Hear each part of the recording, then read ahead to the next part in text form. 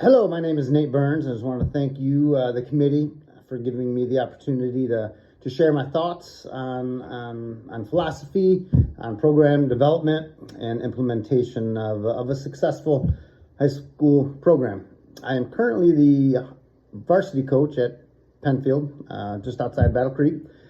Prior to coaching at Penfield, I had coached in youth basketball as well as AAU throughout all levels, middle school, high school. I just completed my 7th season at Penfield. Over the course of that duration, we have had sustained success, more so than the school has experienced in the past. We are consistently competing for conference championships and postseason titles as well. Within those 7 seasons, 5 of those seasons, we have reached the district final night on a Friday night.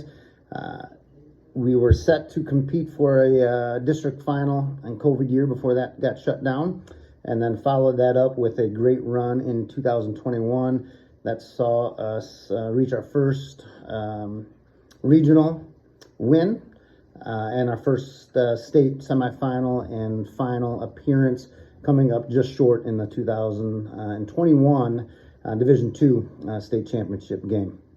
And we were able to follow that up this past season with a district championship as well. So over the course of those 7 years, we've been blessed with some great athletes, great support from the community, and more important, just great guys to be able to spend time with and coach and mold over these last few seasons. So I'll go through, and we had a little cheat sheet here with the questions that you'd like me to touch upon. So I'll glance down and look at those as we get going. So starting there with number 2, then describe and discuss the plans that focusing on over this first 6 months if I were hired. So where we're at with the timeline, it's jumping down, getting on the ground and running, from day one. It's 6 months out, so we're in the spring process right now. We're going to be running some open gyms throughout the rest of the spring. We're going to be a chance to develop relationships. That's what this first few months is really going to be about, is developing relationships with the guys, determining some of the strengths of the program. We're going to be able to do 4-man workouts for those that aren't intimately involved in spring sports. And so through those open gyms for the program, and then those 4-man workouts will be a beginning stage of developing those relationships with those guys. At the same time, it's setting up the summer schedule. And so, June comes around, we're able to get together and get involved with the full team.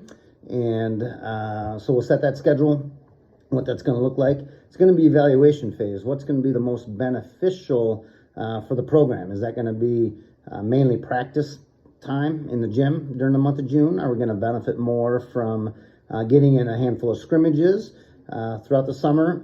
So we'll be evaluating that over the next few weeks to really determine what the most benefit we can get out of the summer. And so throughout the rest of the summer, we're working on 4-man workouts, working on skill development with the guys while we're building those relationships. And then we're looking ahead to the fall and then to the season. As the fall gets through, we're still able to do 4-man workouts. So those guys, again, that aren't intimately involved in spring or fall sports at that time, we will be looking to get in the gym a couple times a week with those guys to be able to work in the 4-man workouts. Again, skill development is huge. I'm going to say that multiple times over the course of this conversation. But we'll be developing skill throughout the summer, throughout the fall, gearing up towards the beginning of that season. Once November rolls around, of course, then it's we're ready to go. And so we're prepping for season. We're determining what type of offenses are going to fit the guys we have, the program that we have, whatever our strengths are going to look like, what our offensive identity is going to look like. So all that is taking place over the course of the summer, and as we get a grip of what we have and what we're working with, That'll be the focus during the summer as well. So we're developing skill during the summer. We're developing relationships during the summer. We're figuring out what the best approach in order to get the most out of the season and summer as we just first get to know these guys that are part of the program. And it's not just with the guys in the program, it's the community as well. It's the parents, it's the support staff. We're building those relationships all the way through the course of the summer. So, moving on to number 3 then, describe and discuss our offensive and defensive philosophies. So offensive, we're dealing with high school athletes. We're not at the point where we can recruit to what we want to work towards.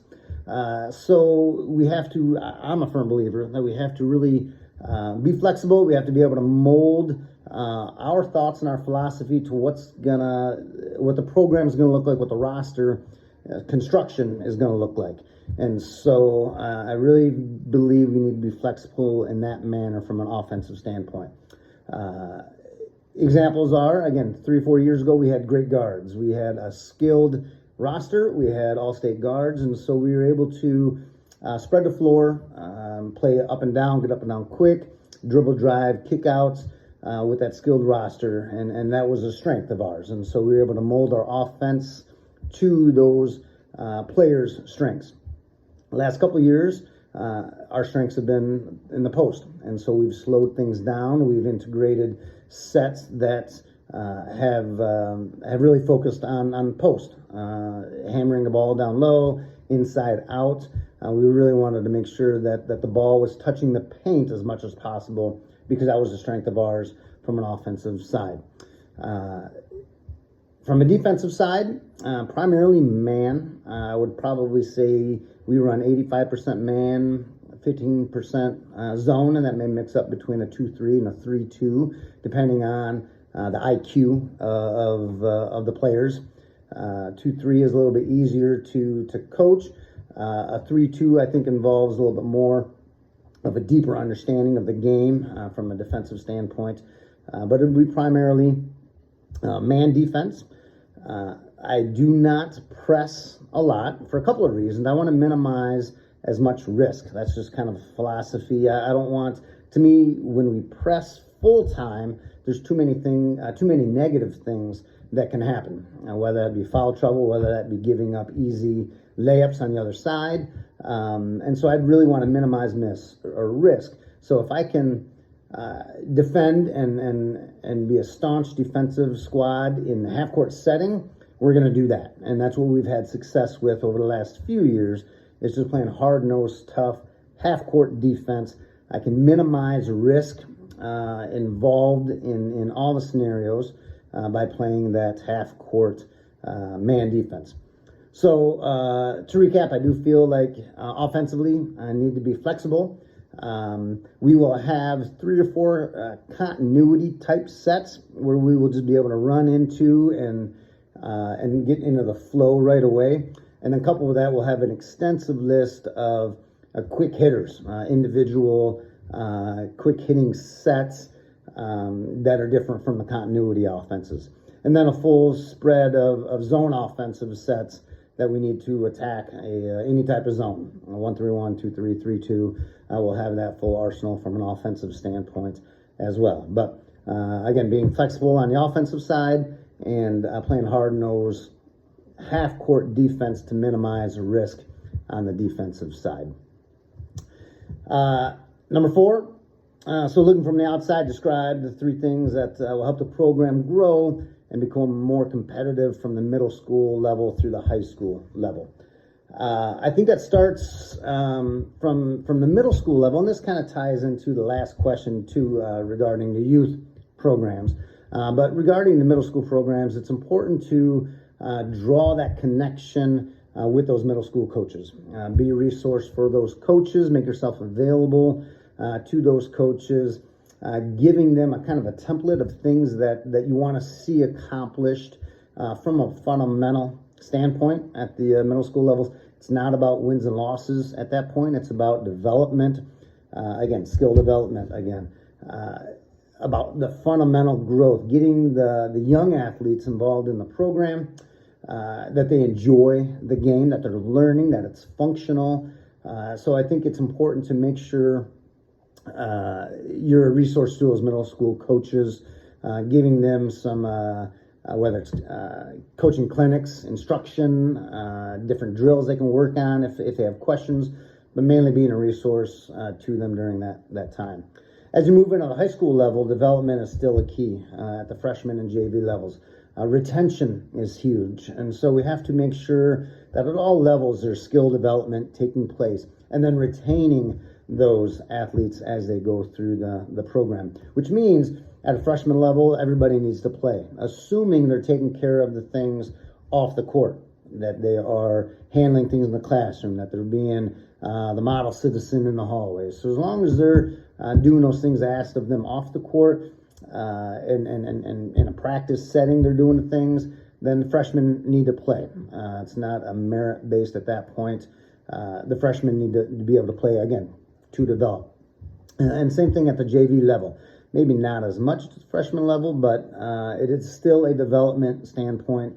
Guys are still maturing at a different level. And so, at the freshman JV level, guys need to play, continue to develop and retain leading up into that varsity spot. So strengthening the whole program all the way through. The third thing I would say that would be most important from looking outside to the Caledonia range is recalibrating the expectations. I think of the program and the standard that needs to be met. Caledonia has a rich history of success in sports across the program and across the athletic department. And basketball, boys basketball, should be no exception. And so I do think looking over the last few years, it's kind of been fluctuating around that 500 mark in a competitive conference. In a very competitive conference, Grand Rapids is loaded with great basketball. And so there's no reason why Caledonia can't be part of that scenario. And so I think it's recalibrating those expectations. And from a roster standpoint, I understand that there were 4 freshmen on the varsity squad this year, so those guys are coming back to take that next step. We need guys that are basketball players to be able to play basketball, and so that's playing throughout the year. It's taking that next step, getting guys lined up, playing a competitive schedule in the off season, but again, recalibrating that standard and expectation so that men's basketball can also be one of those programs that are looked upon in Caledonia as a successful unit. Which leads us to the last part with the youth programs, and how do you integrate the youth program into all levels and building up? And that's huge. The backbone for any successful high school program is the youth program, and so there's got to be a planned, coordinated attack to development, and so it's lining yourself up with the right people in the right place. It's coordinating people at those elementary levels. We're going to start out with having a youth camp during the summer, and so that's going to bring all the youth kids in. It's going to allow the varsity guys to interact with the youth kids, engaging them, getting them excited about the program. Hopefully in turn finding able and competent, willing parents that are going to be able to take youth teams in the fall and start developing those programs, playing youth travel basketball, youth programs within that Caledonia population. It's being a resource to those youth coaches as well. Again, coaching clinics, fundamentals, drills, things that they can work on in order to strengthen. So it's integrating yourself into the youth program. It's almost finding a youth coordinator type role that's going to be able to help to establish some of those relationships that they may have down at the younger levels, but building excitement within the program, starting at a young level within that Caledonia community to strengthen as they develop and get older within the program. which then transitions into the youth, middle school ages, and then also leading up to the high school ages. So I think that's about the time allotted. So I appreciate, again, the opportunity to share my thoughts and vision briefly with you and the committee. Should you have any other questions, definitely feel free to reach out, but I look forward to hearing from you, and thanks again.